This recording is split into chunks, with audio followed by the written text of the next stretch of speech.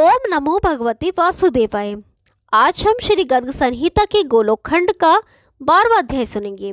इसमें हम सुनेंगे श्री कृष्ण जन्मोत्सव की धूम, गोप गोपियों का उपायन लेकर आना, नंद और यशोदा रोहिणी द्वारा सबका यथावत सत्कार, ब्रह्मादि देवताओं का भी श्री कृष्ण दर्शन के लिए आगमन।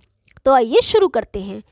श्री नारद जी कहते हैं, राजन, तदंतर गोष्ठ में विद्यमान नंद जी ने अपने घर में पुत्रोत्सव होने का समाचार सुनकर प्रातःकाल ब्राह्मणों को बुलवाया और सस्ती वाचन पूर्वक मंगल कार्य कराया। विधि पूर्वक जात कर्म संस्कार संपन्न करके महामनीषी नंदराज ने ब्राह्मणों को आनंद पूर्वक दक्षिणा देने के साथ ही 1,00,000 गौएं दान की। 1 कोस लंबी भूमि में सप्तधान्यों के पर्वत खड़े किए गए।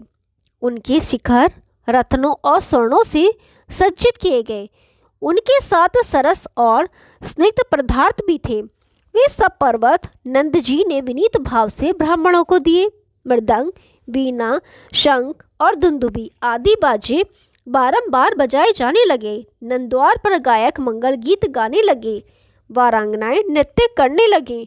पताकाओं, सोने के कलशों, चंद्रोवों, सुंदर बंधनवारों तथा अनेक रंग के चित्रों से नंद मंदिर उद्भासित होने लगे। सड़कें, गलियां, द्वार, देहलियां, दीवारें, आंगन और वेदियां, इन पर सुगंधित जल का छिड़काव करके सब और से वस्त्रों और झंडियों द्वारा सजावट कर दी गई थी, जिससे ये सब चित्रमंडप या चित्रशाला के समान शोभा पा रहे थे। गौओं के सींगों में सोना मढ़ दिया गया था। उनके गले में स्वर्ण की माला पहना दी गई थी। उनके गले में घंटी और पैरों में मंजीर की झनकार होती थी। उनकी पीठ पर कुछ कुछ लाल रंग की झूले ओढ़ाई गई थीं। इस प्रकार समस्त गौओं का श्रृंगार किया गया था। उनकी पूंछें पीले रंग में रंग दी गई थीं। उनके साथ बछड़े भी थे। उनके अंगों पर तरुणी स्त्रियों के हाथों की छाप लगी थी। हल्दी, कुमकुम तथा विचित्र धातुओं से वे चित्रित की गई थी। मोर पंख और पुष्पों से अलंकृत तथा सुगंधित जल से अभिषिक्त धर्म धुरंधर मनोहर वृषभ श्री नंदराय जी के द्वार पर इधर उधर सुशोभित थे। गौओं के सफेद बछड़े सोने की मालाओं और मोतियों के हारों से विभूषित हो इधर उधर उछलते कूदते फिर रहे थे। उनके पैरों में भी मंजीर बंधे थे। नंदराय जी के यहाँ पुत्रोत्सव का समाचार सुनकर वृषभानुवर रानी कलावती कीर्तिदा के साथ हाथी पर चढ़कर नंद मंदिर में आए। ब्रज में जो 9 नंद, 9 उपनंद तथा 6 वृषभानु थे, वे सब भी नाना प्रकार की भेंट सामग्री के साथ वहां आए। वे सिर पर पगड़ी तथा उसके ऊपर माला धारण किए, पीले रंग के जामे पहने, केशों में मोरपंख और गुंजा बांधे तथा वनमाला से विभूषित थे।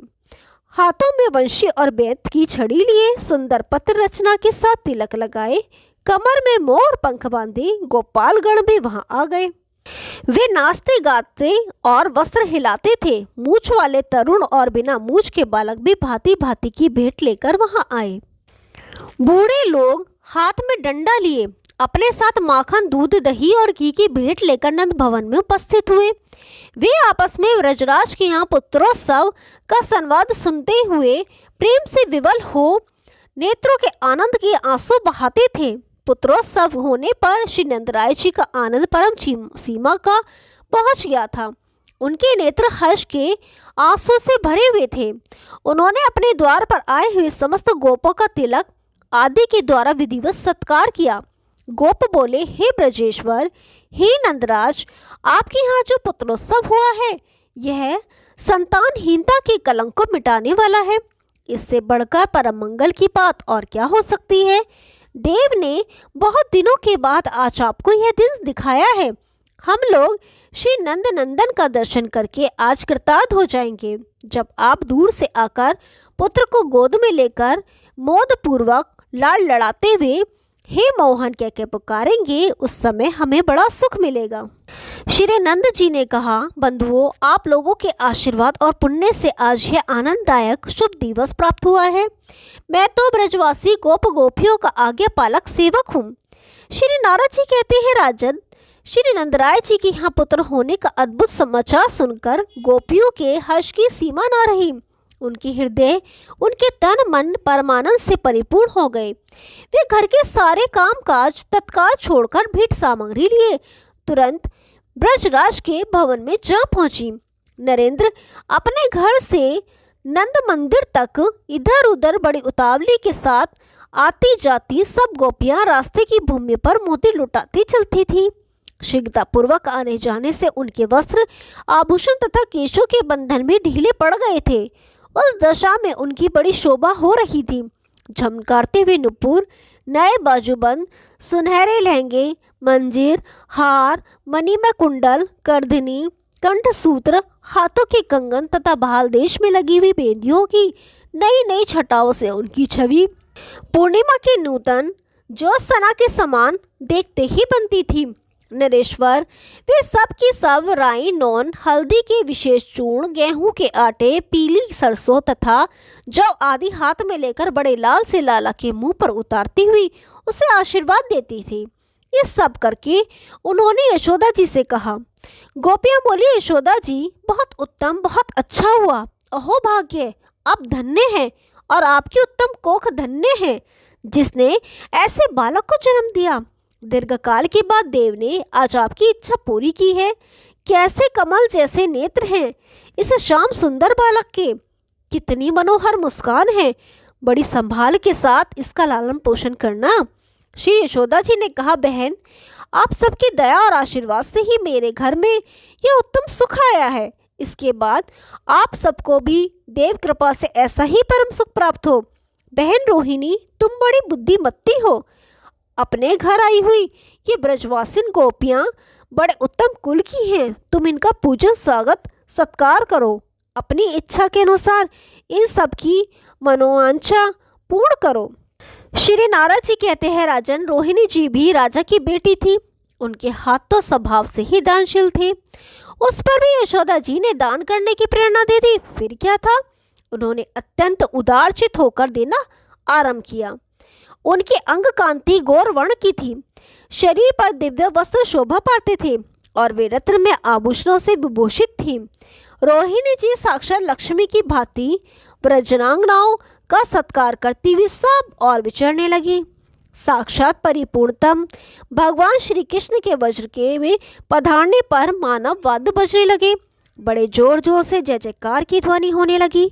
उस समय गोप दही, दूध और घी से तथा गोपियां ताजे मक्खन के लोदों से एक दूसरे को हर्षोल्लास से भिगोने और उस स्वर से गीत गाने लगी। नंद भवन के बाहर और भीतर सब और दही की कीच मच गई। उसमें बूढ़े और मोटे शरीर वाले लोग घिर पड़ते थे और दूसरे लोग खूब हंसते थे। महाराज, वहाँ जो पौराणिक सूत वंशों के प्रशंसक, मागध और निर्मल बुद्धि वाले तथा अवसर के अनुरूप बातें कहने वाले बंदीजन पधारे थे, उन सबको नंद जी ने प्रत्येक के लिए अलग अलग 1,000 गौएं प्रदान की। वस्त्र, आभूषण, रत्न, घोड़े और हाथी आदि सब कुछ दिए। समस्त बंदियों तथा मागध जनों को गोप ब्रजेश्वर नंद ने बहुत धन दिया। मेघ के समान धनराशि की वर्षा कर दी। ब्रज की गली गली में, घर घर में निधि, सिद्धि, वृद्धि, भुक्ति और मुक्ति लौटती सी दिखाई देती थी। उन्हें पाने की इच्छा वहाँ किसी को भी नहीं थी।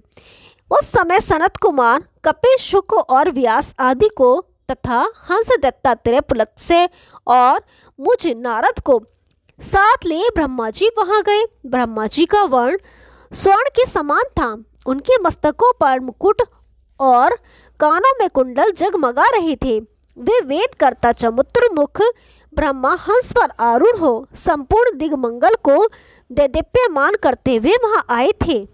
उनके पीछे भूतों से घिरे हुए वृषभारूढ़ महेश्वर पधारे। फिर रथारूढ़ साक्षात सूर्य, हाथी पर सवार इंद्र, कंजरी तट पर चढ़े हुए वायु, महेश वाहन यम, पुष्पकारूढ़ कुबेर, मृगवाहन चंद्रमा, बकरे पर बैठे हुए अग्निदेव, मगर पर आरूढ़ वरुण, मयूर वाहन कार्तिकेय, हंस वाहिनी सरस्वती, गरुणारूढ़ लक्ष्मी, सिंह वाहिनी दुर्गा तथा गोप रूप धारिणी पृथ्वी जो विद्यमान थी, उस पर बैठी हुई थी। ये सब वहां आए। दिव्य कांति वाली मुख्य मुख्य 16 मातृकाएं पालकी पर बैठकर आई थी। खड़ग चक्र तथा यष्टि धारण करने वाली षष्ठी देवी शिविका पर सवार हो वहां पहुंची थी। मंगल देवता वानर पर और बुध देवता भास पक्षी पर चढ़े वहां पधारे थे। काले मृग पर बैठे बृहस्पति, गव्य पर चढ़े शुक्राचार्य, मगर पर आरूढ़ शनिदेव और ऊंट पर आरूढ़ राहु, केतु, शयनारूढ़ तथा अभिजीत सूंस पर बैठे आए। सबसे आगे करोड़ों बाल सूर्यों की सी कांति वाले मूषकारूढ़ गणेश जी नंद मंदिर में पधारे। वह कोलाहलयुक्त नंद भवन झुंड के झुंड गोपों और गोपियों से भरा हुआ था। देवता लोग वहां पहुंचकर क्षण भर रुके और फिर चल दिए। बाल रूप परिपूर्णतम साक्षात भगवान श्री कृष्ण को देखकर उन्हें मस्तक नवाकर देवताओं ने उस समय उनका उत्तम स्तवन किया। ब्रह्मा आदि देवता ऋषियों सहित वहां श्री कृष्ण का दर्शन करके प्रेम विवल और हर्षित हो अपने अपने धाम को चले गए। ओम नमो भगवते वासुदेवाय। कल 13वां अध्याय सुनेंगे, उसमें हम पूतना का उद्धार सुनेंगे। तब तक के लिए नमस्कार।